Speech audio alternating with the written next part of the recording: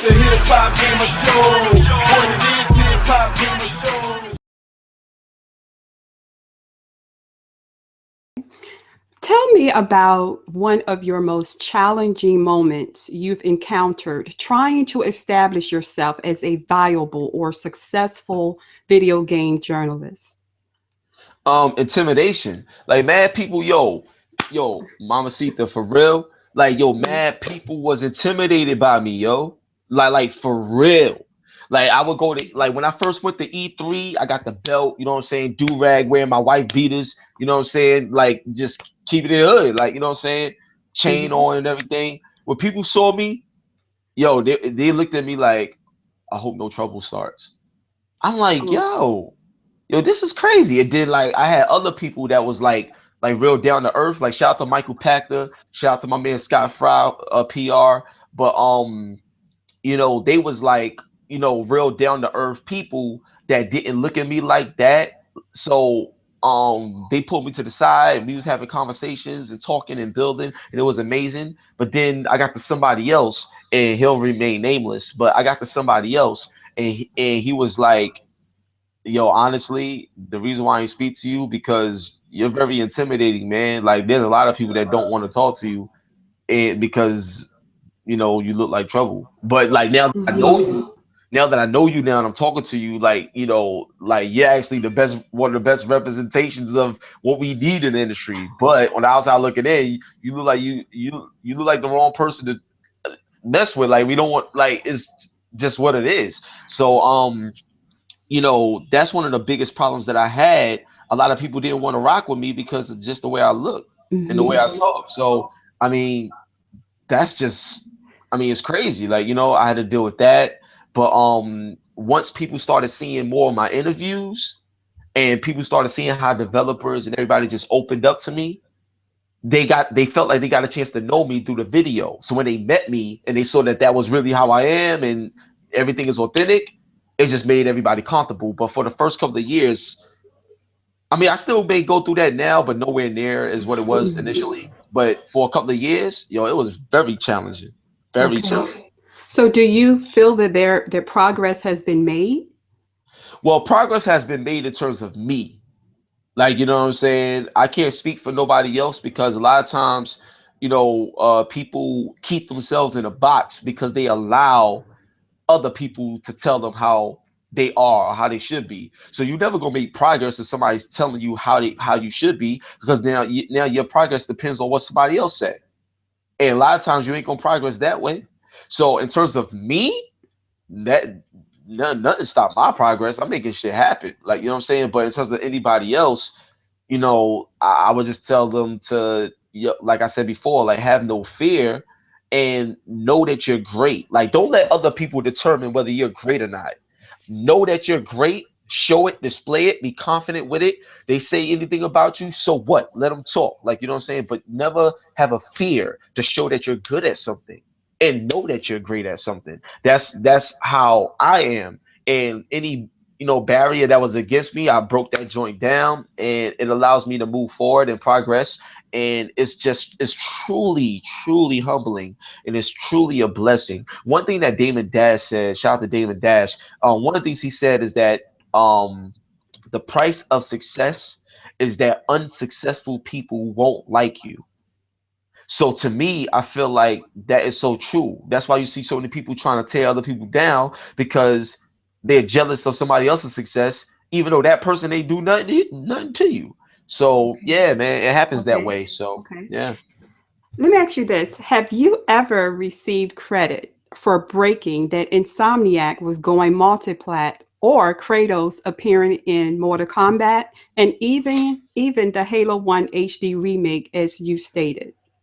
Did I receive credit? I had to take that credit. Like word up, man. Like the Halo, see, here's the thing, right? I would say something, and then a year later or 2 years later it happened. So people will forget where it came from. So then I gotta like remind them. But the thing is, if you're a journalist and you're doing your research, you would notice when it came to that subject. Like you know what I'm saying? So but yeah, I had to take my credit a lot. And the reason why I had to take my credit a lot is because a lot of people didn't believe that somebody like me could crack a story before IGN. Like, you know what I'm saying? People didn't believe that someone like me could crack a story before game trailers and stuff like that. You know what I'm saying? That's Mhm. like for example, like when the Nintendo Wii U was first announced and stuff like that, I had all that data, all that information months ahead. And they gave the credit to Game Informer. And then I had to hit up Jeff Keighley. I'm like, yo, Jeff, they just put this out. I've been had the joint right here. Here's the link. You know what I'm saying? So then on the bonus round episode, in the beginning, they gave me my credit live on the show. So shout out to Jeff Keighley for that. Shout out to N. Crow for that too. You know what I'm saying? And the dude from Game Informer. I don't know why I can't remember the CEO's name. That's my man too. Like Andy McNamara. That's my man. But yeah, I did that. You know what I'm Okay. saying? So yeah, I had to take credit for a lot of stuff because it wasn't given. But over time, it got given because I would like I confront people, Mama Sita. Like word up. Like so Okay. I tell people, I'm like, yo, like straight up, I'm like, I'm gonna see you at E3, son. Like, you know what I'm saying? So don't act like I'm one of those type of people that's just gonna say, hey, what's up, and not address the situation when I see you. Like you know what I'm saying? So so certain people I saw them, I was like, yo, what's up? I ain't trying to fight nobody. I ain't dressed them in that sort. I addressed them Okay. Good. That's yeah, good. Good. yeah, Good for you. yeah. I addressed them respectfully, of course. But I came to them saying, yo, like, why would you not give me the credit when you know it came from me? But then they'll tell me, well, their boss said this, their boss said that. I said, well, yo, real talk. If your boss told you to do this, I'm your boss right now. Change that. Period. Because ain't no way to would you want that to happen to you? We work hard for what we like. Come on, man. This be real, be fair. You know I love y'all. I support y'all. I do everything for y'all. But do right by me too. We got to do because if we Mhm. don't do right by each other, people gonna look at the industry as a joke when it comes to professionalism. Come on, man. Yeah, so I had to take that. Yeah. You've had the opportunity to interview and hang out with so many influential people in the gaming industry and celebrities, to name a few: Hideo Kojima, Kevin Woo! Hart, Ojima. Kevin Hulk Hart. Yeah. Hogan, and more Yeah. recently, Angela Bassett and Gerard Butler for their new movie, London Has Fallen. What Yeah. does it feel like being able to walk and talk amongst those in such high places? Yo, it makes me want to cry. Like for real. It makes me want to cry, shed a tear. It makes me miss my grandma that much more. Like, cause she was like my go-to person for everything. So I share all these experiences with her. Um, yo, man, Mama Sita, like, yo, it's like it's so overwhelming because I had no idea that my love for gaming and my passion for gaming will trickle over into other areas that people like, would recognize or see in me as value.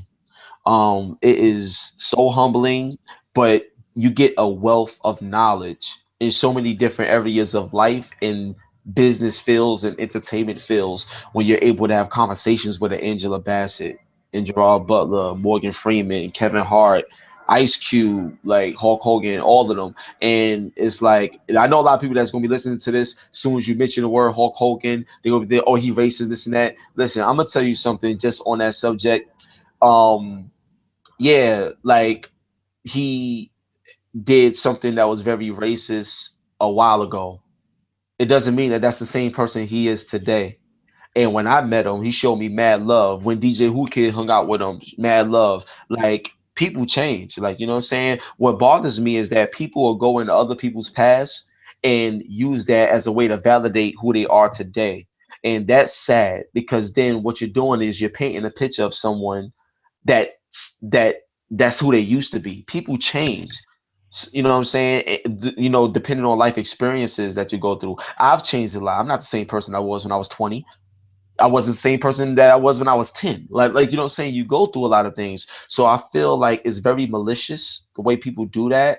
And what bothers me is that people are so quick to judge and point fingers, not realizing that we all come short of the glory of the Lord. So we all supposed to forgive one another, no matter what it is. Because if you don't forgive, then the Father is not going to forgive. Like then Jesus is not going to allow the Father to forgive you. Like, you know what I'm saying? It all has to go in unison. For So for someone in your position, it's sometimes it can appear sometimes baffling to people that you are so willing to show your emotion and express your feelings in the manner in which you do. And Yeah, of course. okay, all right. No, I'm sorry. I'm sorry. You finished the question. I'm No, sorry. no, no, no, no, no. That was I was just basically making a comment in regards to what you were saying. But what I did do, I spent the weekend reviewing a lot of your video gaming review content in preparation for this interview. And you bring such a positive element to most of them. And with that in mind, do you at any time find it difficult to express or call out any negativity in your reviews?